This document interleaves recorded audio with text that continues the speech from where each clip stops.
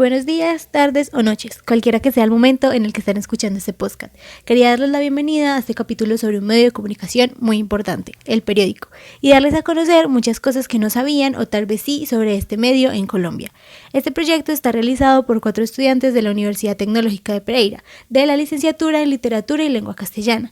Michely Romero Mejía, Valeria Londoño Cataño, Geraldine Marulanda Mejía y María Camila Velázquez López. Sin nada más que agregar, comencemos. La prensa, como la conocemos hoy en día, nació en Inglaterra en el siglo XVIII, pero sus antecedentes se remontan al Imperio Romano. El primer producto periodístico fue una hoja de noticias que circulaba por la antigua Roma, llamada Acta Diurna. Consistía en una serie de tablones expuestos en los muros del Palacio Imperial. Se publicó semanalmente desde el año 59 a.C. e informaba sobre hechos políticos y sociales. Otras publicaciones romanas que también se podrían considerar como precedentes del periodismo son la Acta Senatus y los Annales Maximi. Los subrostani, que eran escritores, se ganaban la vida vendiendo noticias o fabricando informaciones sensacionalistas y sin sentido. Siglos más tarde, hacia el año 713, existió en China una publicación del gobierno imperial a la que llamaron noticias mezcladas, mientras que en la Edad Media surgieron los mercaderes de noticias que redactaban los avisos, también llamados folios a mano. Consistían en 4 páginas escritas que no llevaban título ni firma, con la fecha y el nombre de la ciudad en que se redactaban bastaba. Se vendían en los puertos y ofrecían información del Mediterráneo Oriental, lugar en que se desarrollaba la actividad bélica de las cruzadas. Recogían noticias facilitadas por marineros y peregrinos. Estos avisos tuvieron un gran éxito y enseguida fueron censurados por las autoridades de toda Europa. También nacieron en torno a los puertos los price currents, que daban informaciones sobre los precios de las mercancías. En el siglo XV, con la invención de la imprenta, los avisos y price currents dejaron de hacerse manuscritos y se imprimieron. Aparecieron otras publicaciones periódicas como los ocasionales, que informaban de un hecho excepcional de forma eventual. Los más famosos fueron los de Cristóbal Colón, contando el descubrimiento de América. Pronto comenzaron a ser publicados por los gobiernos, que los utilizaron como medio de propaganda. Tenían formato de libro y portada ilustrada. En el siglo XVI se sigue publicando avisos, ocasionales y relaciones, pero aparece un nuevo tipo de publicación que son los canards, iguales que los ocasionales pero de contenido más popular. Trataban temas sensacionalistas como los monstruos y milagros, y la explicación de los mismos suele ser siempre religiosa. Desde el 1609 empieza a publicarse las gacetas con periodicidad semanal. Al principio eran impresas por editores privados, pero enseguida quedaron bajo la protección de los estados absolutos, que las utilizaron como medio de propaganda de la monarquía. Las gacetas más famosas fueron las francesas, como la Gazette, Le Journal des Sabbats y Le Mercure Galant, todas ellas en el siglo XVII. Estas publicaciones tuvieron gran influencia en España, donde fueron imitadas en el siglo XVIII. La primera gaceta española fue la Gaceta de Madrid de 1661.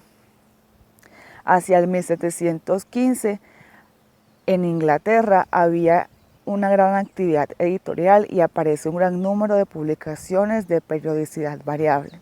La distribución se hacía por medio de pregoneros.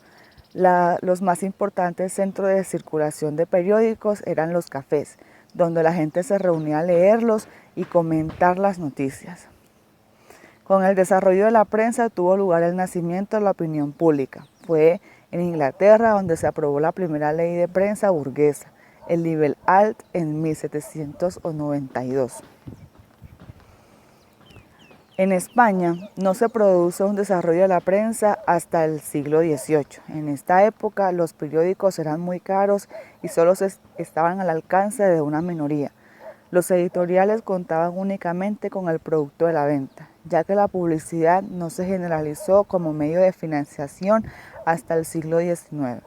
La prensa del siglo XVIII Construyó una de las cauces más importantes por el que penetraron las ideas ilustradas en España. De esto podemos distinguir tres etapas. Entre 1750 y 1837, la consolidación de la prensa. Entre 1950 y 1970, época de madurez y especialización. Y desde el 1730, los momentos de decadencia, gracias a la Revolución Francesa.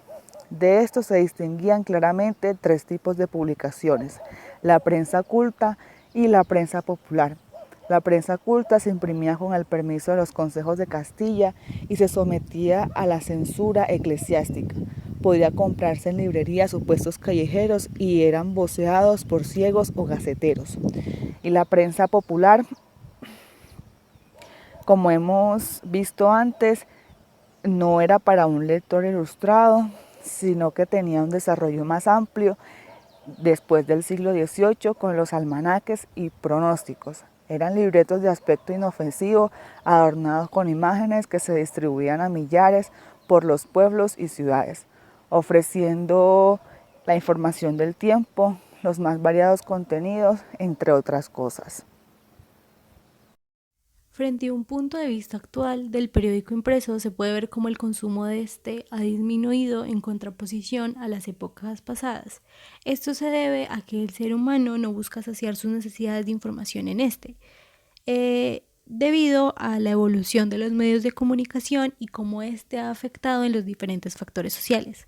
Es importante recalcar que con la aparición de nuevas tecnologías, el ser humano se ve obligado a cambiar su mentalidad y a moldear sus necesidades con base a las herramientas que le brinda el medio. Estos, frente al rol del periódico impreso, se han involucrado de dos maneras fundamentales. La primera es lo tardío de la información y la segunda es la falta de atención a nivel publicitario, lo que desencadena en un bajo presupuesto para el medio impreso. La información por medios digitales se proporciona en cuestión de segundos, al igual que a la hora de presentar dicha información al público. En cambio, en el periódico impreso se puede ver cómo la noticia o cómo la información puede tardar aproximadamente un día en poder llegar al público. En sentido de la búsqueda financiera del periódico impreso, se nota un desinterés de los inversores a la hora de buscar una publicidad allí, debido a la poca demanda que éste posee.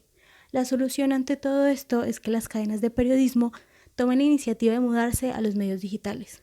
Como un pequeño dato curioso, el primer periódico digital se dio en 1994 y tenía como nombre The Telegraph. Un experto en este ámbito es el historiador y periodista Jaime Guillermin, que plantea el futuro del periódico como un medio digital. Un concepto que cabe recalcar en la teoría de Guillermin es el ciberperiodismo. Este se podría definir como el resultado evolutivo del periodismo, que se basa en una red de comunicación entre el público y el redactor, que promueve la información, cosa que se vuelve indispensable para ambos. En contraposición a este se encuentra el sociólogo catedrático Manuel Castells. Este ve el paso del periódico impreso al digital como una amenaza y fundamenta su tesis en la desinformación y en la ausencia de control que le brinda el Internet, lo que desencadena la falta de credibilidad frente al periodismo digital. Este paso viene acompañado de un análisis socioeconómico, pero el verdadero punto importante que se encuentra allí es el cuestionamiento de que si el periódico digital juega a favor o en contra de la búsqueda informativa del ser humano, o simplemente es un arma de doble filo. Lo venimos hablando, pero es de gran importancia el tema que estamos conociendo y los siguientes datos de la prensa en Colombia te van a interesar. El primer periódico fue publicado en el año 1875, titulado La Gaceta de Santa Fe. Este fue el inicio del periodismo colombiano.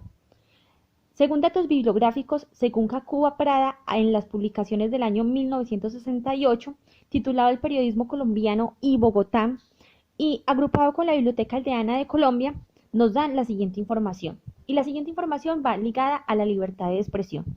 Pero Colombia está ligado a la constitución política, como igual que a los gobernantes. Y nos han puesto en la posición a nivel mundial número 126 de 169 países según la RSF, Reporteros Sin Fronteras. Un dato curioso de esto es que en los inicios de los periódicos fueron con fines políticos y en el año 1940 las declaraciones eran de liberales y conservadores. Era una guerra bipartidista. Fue en la década de los años 50 que todo ha cambiado, gracias a la influencia terráquea sobre la cultura y la economía del país. Pero ahora que conocemos que la cultura y sabemos que gozamos de gran diversidad de información que nos brinda la prensa, ¿sabes cuántos periódicos hay en la actualidad? Nosotras te lo contamos. Actualmente hay más de 126 editoriales de prensa, pero ¿cuáles ocupan el primer lugar?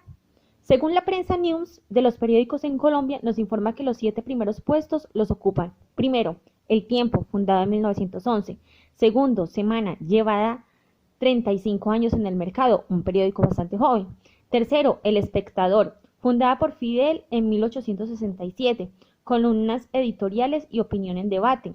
El Espectador fue el primer periódico formal en Colombia. Cuarto puesto, Colombia.com. Nos hablan de cultura, gastronomía, turismo y forma del grupo Interlatin. Número 5, El Heraldo, fundado en 1903 y número 1 en la región Caribe. Número 6, El Colombiano, 1913. Y el número 7, Dinero, fundado en 1993 y enfocado en la economía, negocios y temas de finanzas y la bolsa. Se cree que cada uno de estos periódicos que ocupan los primeros puestos y por la mitigación y evolución de esta era han migrado a la vida digital y otros periódicos en su momento han cerrado sus puertas. En medio de esta competencia comercial y conociendo que según muchas fuentes llaman que esos periódicos clasistas, por su contenido y con millones de seguidores van dirigidas a clases altas y como otros lo llaman a clases intelectuales. Nos encontramos con el siguiente dato. Sé que no mencioné los 126, pero te va a interesar mucho que un periódico de los más jóvenes en nuestro país, fundado en el año 2008, El Cubo, es uno de los periódicos, no solo los más jóvenes, sino que la revista PIN se encargó de investigar la historia de este y nos revela los siguientes datos. El objetivo de ellos fue generar información a la gente común, estrato 1, 2 y 3, lo que ellos llaman información para la gente de la cuadra, y se posiciona con sus 4 hits. Son el periódico más vendido. Mientras otros cerraron sus laboratorios de imprenta, ellos dicen que demostraron que si se habla de lo que a la gente le gusta, comprarán. Su segundo hit es que en el año 2008 tuvieron más de 1.766.300 lectores, según el EGM, Estudio General de Medios, dándole lugar del periódico más reconocido en Colombia. El tercer lugar, en 10 años superó la prensa tradicional y la prensa gratuita. Dice que en su contenido tiene mucha referencia. La gente está dispuesta a pagar por información. Ese es el cuarto punto. Todos sus temas son locales, farándula y deporte, judicial. Pero ¿qué es lo que nos entra en debate en esta conversación? ¿Realmente 126 periódicos enfocados a otro tipo de clase social? ¿O un periódico realmente que nos muestra algo más que judicial amarillista? ¿Es el más vendido? No se discute, pero ¿qué es lo que a la gente le interesa realmente en la actualidad? Sería el punto a analizar. ¿Por qué es el más vendido y por qué otros han cerrado? Porque son el más vendido de prensa física. ¿Por qué muchos cerraron? Y porque la gente no quiere leer lo que realmente debería ser de suma importancia.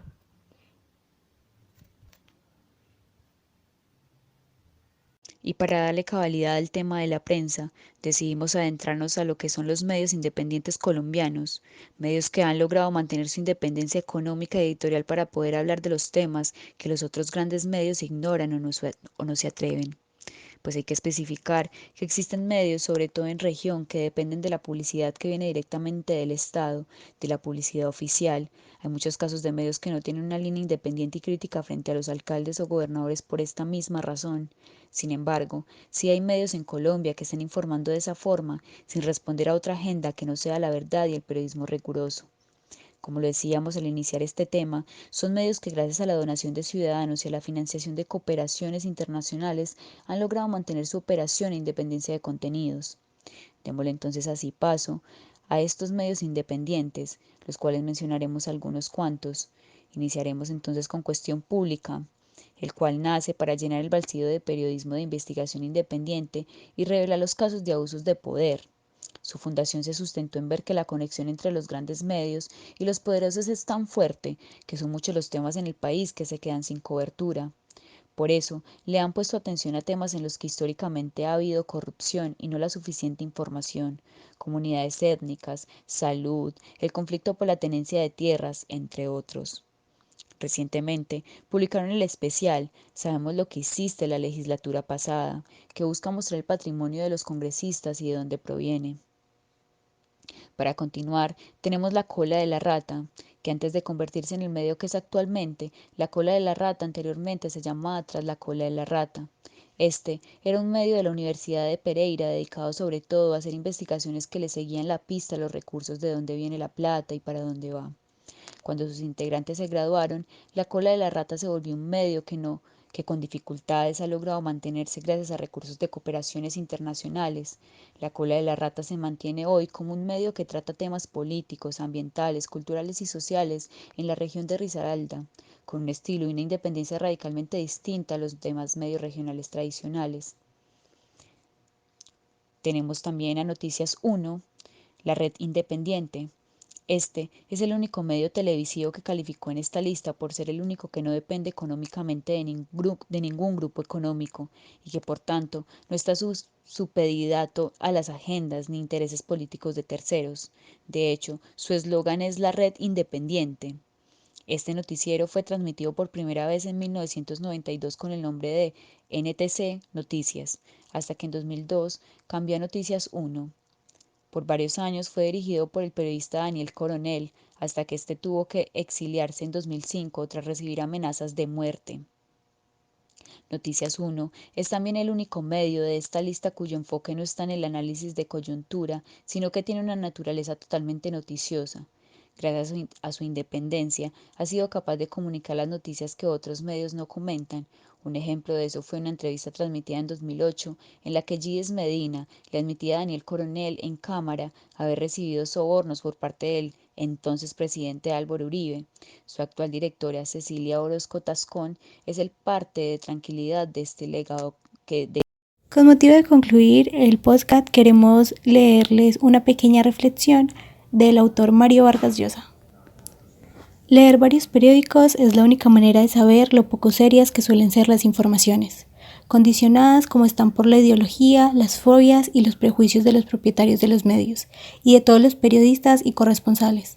Todo el mundo reconoce la importancia central que tiene la prensa en una sociedad democrática, pero probablemente muy poca gente advierte que la objetividad informativa solo existe en contadas ocasiones y que la mayor parte de las veces la información es alastrada de subjetivismo, pues las condiciones políticas, religiosas, culturales, étnicas, etc., de los informadores suelen deformarse sutilmente de los hechos, que describen hasta sumir al lector en una gran confusión, al extremo de que a veces parecería que los noticiarios y los periódicos han pasado a ser también como las novelas y los cuentos, expresiones de la ficción. De parte de todas las que realizamos este proyecto, les queremos dar las gracias por escucharlo. Esperamos que hayan aprendido algo o que les haya sido de utilidad y que tengan un buen día.